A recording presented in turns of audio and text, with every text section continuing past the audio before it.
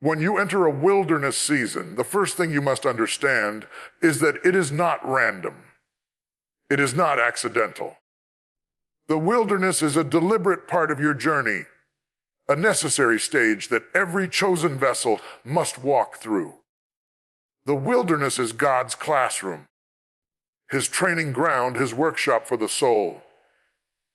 It is in the wilderness that preparation takes place. And preparation is not optional if you are called to destiny. Think about this. Every great movement of God, every mighty leader, every deliverer, every prophet, every voice that carried weight in the earth went through a wilderness before they carried a crown. Before Israel walked into the promised land, they wandered in the wilderness. Before David sat on the throne, he hid in caves. Before a Savior hung on the cross, he walked 40 days in the wilderness. Preparation always precedes promotion. Process always precedes promise. And the wilderness is where God strips you, molds you, and readies you for what you prayed for. Sometimes we misunderstand the silence of the wilderness as rejection. We think God has forgotten us because the phone stopped ringing, the doors stopped opening, the crowd walked away. But what if the silence isn't abandonment? What if the silence is God saying, I am teaching you to hear my voice alone. In preparation, distractions must die so that discernment can live. You cannot step into your destiny confused about whose voice to follow. So, God clears the noise. He removes the familiar. He allows isolation, not to hurt you, but to fine-tune your ears so that when He speaks, you will recognize His voice without hesitation. Preparation in the wilderness is also about endurance. A blessing without endurance is a burden. A promise without perseverance is a weight you cannot carry. God is not only preparing the blessing for you, He is preparing you for the blessing. He is conditioning your spirit, stretching your faith, enlarging your capacity. If He gave you the throne without the wilderness, you wouldn't know how to handle the weight of responsibility. If He gave you the influence without the preparation, the pressure would crush you. The wilderness builds resilience so that when destiny arrives, you will stand, not stumble. Look at the children of Israel. They came out of Egypt with freedom, but they were not ready for the promised land. They still had a slave mentality. They still thought like captives, even though they were free. So God led them into the wilderness, not because He couldn't take them into Canaan, but because Canaan required a mindset shift. You cannot step into promise thinking like a prisoner. The wilderness is designed to break those chains in your mind, to peel away the limitations you carried from the past, to prepare you to walk boldly into the future. Preparation also happens through testing. The wilderness will test your faith. It will test your patience. It will test your obedience. And those tests are not meant to destroy you. They are meant to prove you. Just as gold is refined in fire, so your character is refined in the wilderness. Without the wilderness, you may carry talent, but you will lack substance. You may have charisma, but you will lack character. The wilderness produces authenticity. It purges pretenders. It forges leaders who are not easily swayed, not easily broken, not easily distracted. It prepares people who can be trusted with influence. Consider this: when Jesus was led into the wilderness, He was tempted 3 times. Each temptation was a test of identity, obedience, and worship. And each time He responded with, "It is written." That season was not about destroying Him. It was about proving Him ready for the ministry ahead. Likewise, your wilderness season is proving you. Can you still trust God when provision is scarce? Can you still obey Him when nobody is watching? Can you still worship when the heavens feel silent? If you can answer yes in the wilderness, then you are being prepared for something greater than you can imagine. Preparation in the wilderness is also about pruning. God cuts away what cannot go with you. He prunes relationships. He prunes habits. He prunes attitudes. Because some things you picked up in your last season are not fit for your next season. Some weights will hold you back from destiny. Some connections will drain the very strength you need to carry the promise. So in His wisdom, God uses the wilderness to prune. It may hurt. It may feel like loss. But in reality, it is gain. Every cut is making you lighter, stronger, sharper, and more ready for the journey ahead. And let us not forget, preparation in the wilderness builds intimacy. When you are stripped of comfort, when you are deprived of excess, you discover the sufficiency of God. You discover that He is bread when you're hungry, water when you're thirsty, light when it's dark, shelter when it's stormy. In the wilderness, you don't just learn about Him, you experience Him. You come to know Him as a provider, a sustainer, a protector. That intimacy is part of your preparation, because destiny is not sustained by skill alone. It is sustained by relationship. Preparation takes time. That is why wilderness seasons often feel longer than we want them to. We cry, "Lord, deliver me now." But God says, stay until you're ready. Because what good is it to walk into the promise unprepared? What good is it to receive the blessing if you cannot maintain it? The wilderness is not a denial. It is a delay for the sake of development. And if you can submit to the process, the preparation will produce in you the strength, the wisdom, and the faith required for your calling. The wilderness is not just a place of preparation. It is a place of exposure. When God leads you into the wilderness, He is not only getting you ready for the promise, He is also exposing what lies beneath the surface of your soul. The wilderness strips away comfort, it removes the distractions, and it reveals what you truly carry on the inside. It is easy to appear strong when the crowd is cheering. It is easy to look faithful when everything is going your way. It is easy to project confidence when the money is flowing, when the friends are around, when the doors are opening. But the wilderness removes all of that. It places you in an environment where you cannot lean on applause, where you cannot hide behind busy schedules, where you cannot pretend with shallow faith. The wilderness unmasks you, exposing your heart, your motives, and your foundation. Exposure is uncomfortable because it reveals truth. It reveals the places where your faith is shaky, the places where your trust is conditional, the places where your obedience wavers. It shows you whether your worship is genuine or if it was only attached to convenience. In the wilderness, you learn whether your yes to God was circumstantial or unconditional. You find out if you were serving Him for the blessings or for who He is. That's why the wilderness feels so raw, because it exposes the real you. Think of the children of Israel again. When they left Egypt, they were excited about freedom.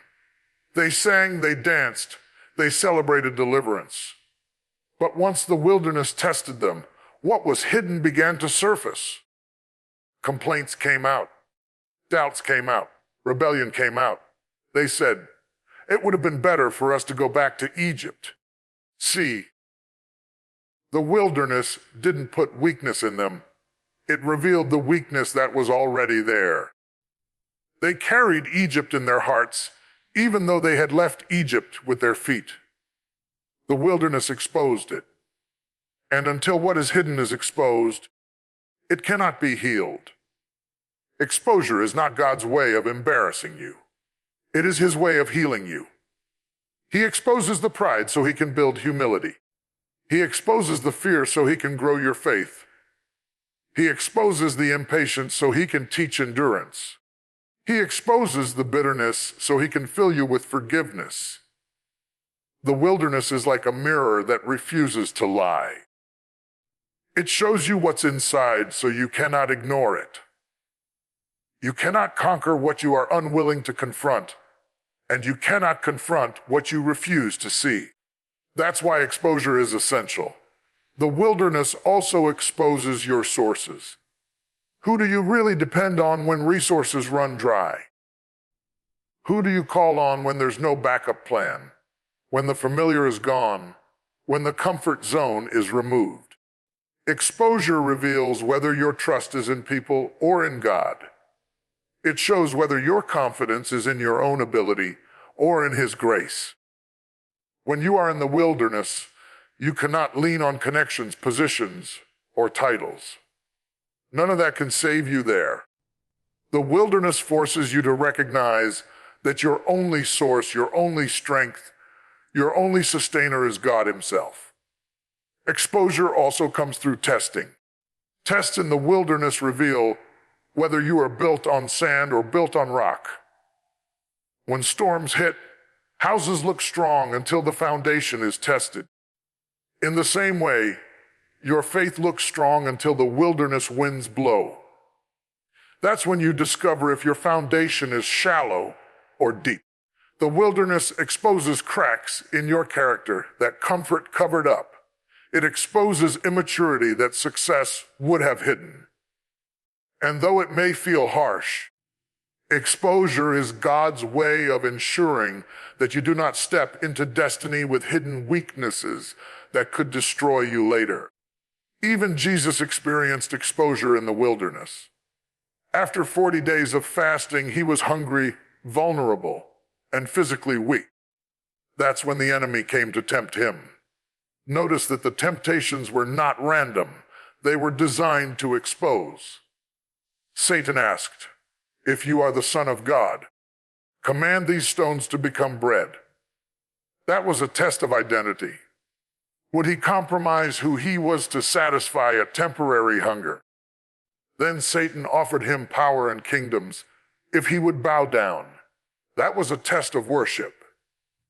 Would he trade eternal purpose for earthly gain? Each temptation was designed to expose what he truly carried inside. And his responses, rooted in the Word, proved that his foundation was unshakable. The wilderness exposed his strength just as much as it revealed the enemy's tactics. This is the paradox of exposure. It does not only reveal weakness, it also reveals strength you didn't know you had. When you are placed in a dry season and you keep standing, you discover endurance you never realized was there. When you pray in the middle of silence, you discover a depth of faith you didn't know existed. When you worship with tears streaming down your face, you find a level of intimacy with God that comfort never offered you. The wilderness strips you down, but in the stripping, it shows you the treasure hidden within. Exposure also affects relationships. In the wilderness, you will discover who is truly for you and who is only for what you had. When resources dry up, when opportunities fade, when success slows down, some people will vanish.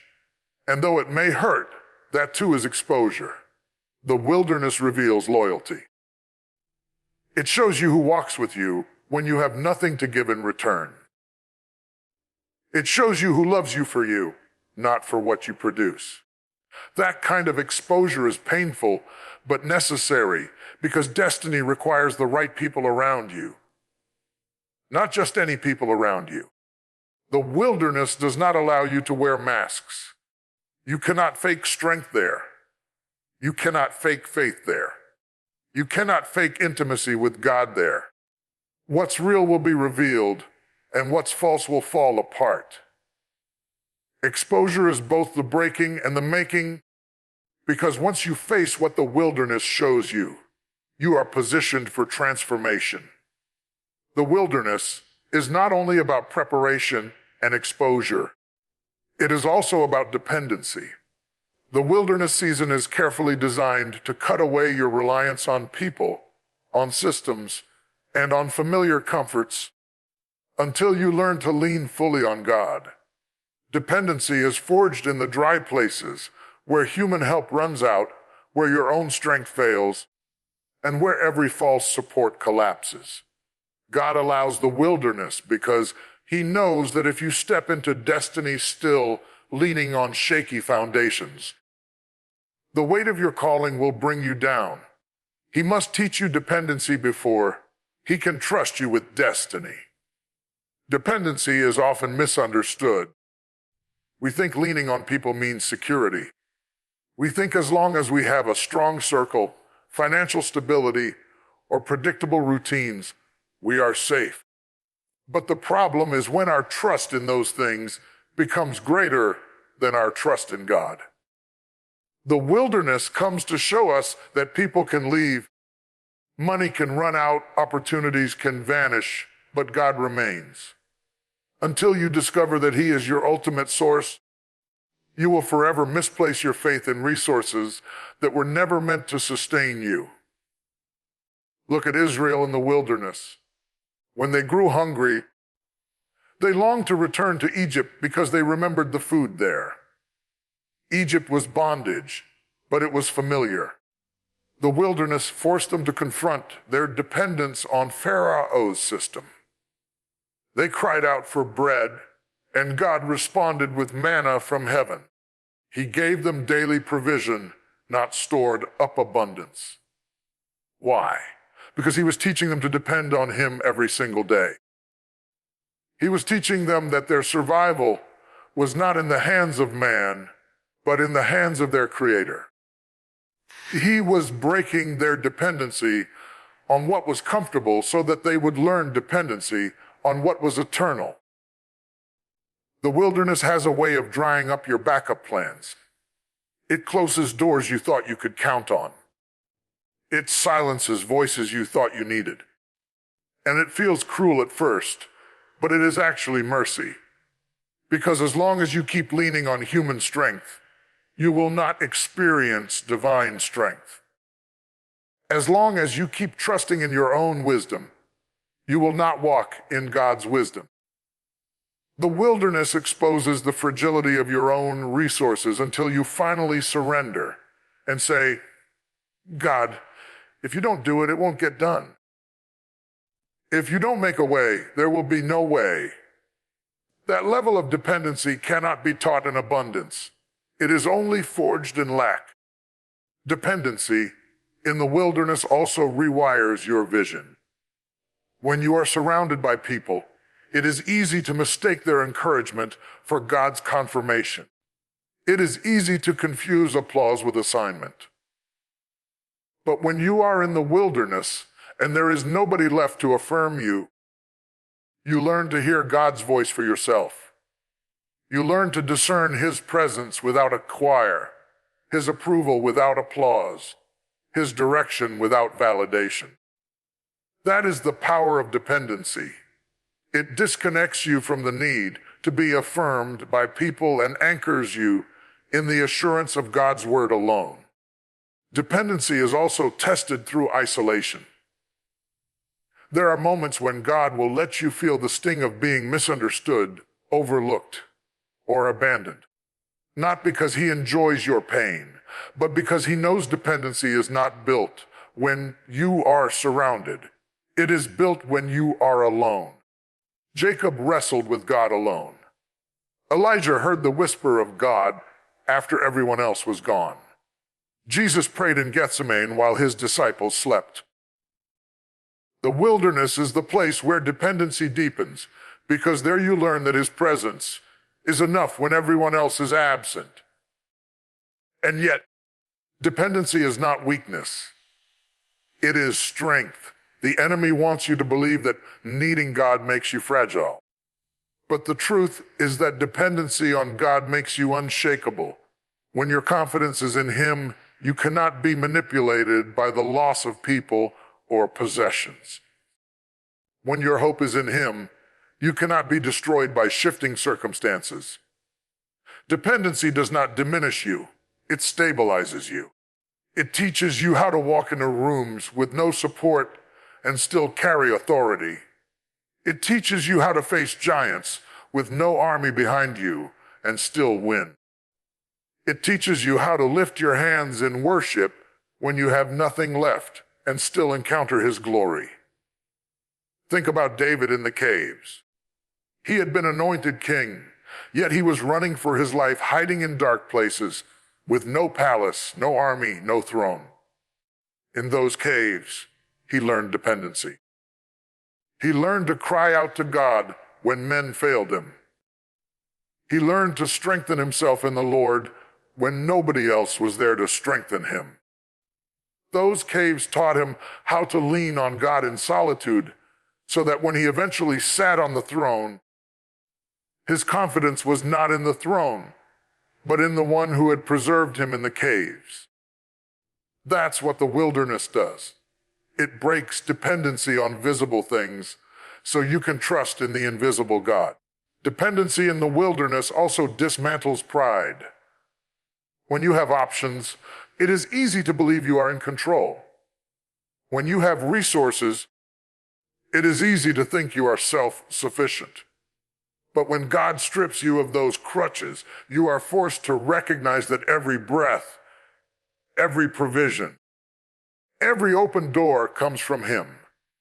Pride cannot survive in the wilderness because the wilderness will remind you that you are dust without His Spirit, powerless without His strength, empty without His presence. Dependency humbles you, but in that humility, it positions you for elevation. The wilderness may feel like deprivation, but it is actually transformation. God allows lack to show you He is your provider. He allows silence to show you He is your voice. He allows loneliness to show you He is your companion. Everything the wilderness takes away is designed to reveal that He is everything you need. Dependency is the lesson of the wilderness, and once you learn it, you will never look at your life the same way again. The wilderness is not a final destination. It is the passageway into elevation. Every wilderness season carries within it the hidden promise of promotion. It is never meant to bury you. It is meant to birth you. The pain of the wilderness is not the evidence of your ending, but the sign that something greater is on the horizon. Elevation always follows isolation. Before every crown there is a cross, and before every throne there is a wilderness. If you study the pattern of God, you will see that no one ever reached a place of influence or promise without first enduring the refining fires of the wilderness. The wilderness humbles you, but elevation exalts you. And God will never trust you with elevation until He knows the wilderness has done its work inside of you. Promotion without process is dangerous. Influence without endurance is fragile. Glory without grounding is unstable. So God allows the wilderness to strip, to test, and to build, because He knows the weight of destiny requires a foundation that can hold it. Elevation is not random favor. It is the result of wilderness formation. Think about Joseph. Before he wore the robe of royalty, he wore the chains of slavery. Before he sat in Pharaoh's palace, he sat in a prison cell. His wilderness was betrayal, abandonment, false accusation, and delay. But that wilderness was preparing him for elevation. Every pit, every setback, every rejection was shaping the character that could carry authority. When the elevation finally came, Joseph did not step into it as a narv, a dreamer. He stepped into it as a tested leader, forged in the wilderness of suffering. His elevation was not despite the wilderness, it was because of the wilderness. The wilderness is where God proves your identity, but elevation is where He showcases it. The enemy wants you to think the wilderness is where your story ends, But in reality, it is where your story begins to align with destiny. The testing you endure in the wilderness is the very thing that qualifies you for promotion. David was not elevated to the throne because of his gift with a slingshot alone. He was elevated because he had endured rejection, betrayal, and wilderness caves with a heart that remained faithful. The throne was his, but the wilderness was the bridge that carried him there. Elevation does not come without warfare. The wilderness will bring you face to face with your giants before it ever delivers you into your promise. Israel could not inherit Canaan until they faced Jericho. The giants were not there to block them. The giants were there to prove them ready. Elevation requires confrontation. It demands that you stand in front of obstacles greater than yourself and believe that God in you is greater than what stands against you. The wilderness trains you to trust, but elevation proves that your trust was not in vain. Elevation is not only about status, it is about stewardship. When God elevates you, He is entrusting you with influence, with responsibility, with territory. The wilderness ensures that when you arrive at that place, you will not abuse it. You will not forget where you came from. You will not mistake the throne for your own doing. The wilderness burns humility into your soul so that when elevation comes, you remain anchored in gratitude and dependent on God. Without that grounding, elevation can corrupt, but with it, elevation can transform nations. The wilderness also ensures that when elevation comes, you appreciate it. Abundance means little to someone who has never known lack. Victory means little to someone who has never fought battles. But when you have endured the wilderness, when you have eaten manna day by day and prayed for water in a dry place, you do not take elevation lightly. You cherish every open door, every opportunity, every blessing, because you remember the nights you prayed for relief, the days you wondered if breakthrough would ever come. The wilderness cultivates gratitude that elevation cannot erase. Jesus himself demonstrates this pattern. Before the miracles, before the ministry, before the crowds, there was the wilderness. He was led by the Spirit into a barren place where he was tested and tempted. Only after enduring the wilderness did he step into elevation, declaring the Spirit of the Lord was upon him. That wilderness season preceded the greatest elevation of all, the assignment of redeeming the world. If the Son of God himself had to walk through the wilderness before elevation, how much more must we endure it as the pathway to destiny? Elevation is often sudden in appearance, but gradual in preparation. To others, it may look like you rose overnight, but God knows the years you spent in obscurity, the tears you cried in secret, the battles you fought alone. Elevation is not the product of chance. It is the unveiling of what the wilderness has built in you. That is why God tells you not to despise small beginnings. The cave, the desert, the dry place, all of it is groundwork for the elevation you cannot yet see. And elevation is never just about you. The wilderness strips you of selfish ambition, so that when promotion comes, you use it for the sake of others. Joseph's elevation saved nations from famine. David's elevation united a kingdom. Esther's elevation saved her people from destruction. Elevation is always connected to assignment. God lifts you up so you can lift others. He promotes you so you can preserve others. He entrusts you with influence so you can impact lives beyond your own. The wilderness ensures you understand that the elevation is not for your ego, but for His glory. The wilderness season feels like delay, but it is divine alignment. You are not stuck. You are being staged for elevation.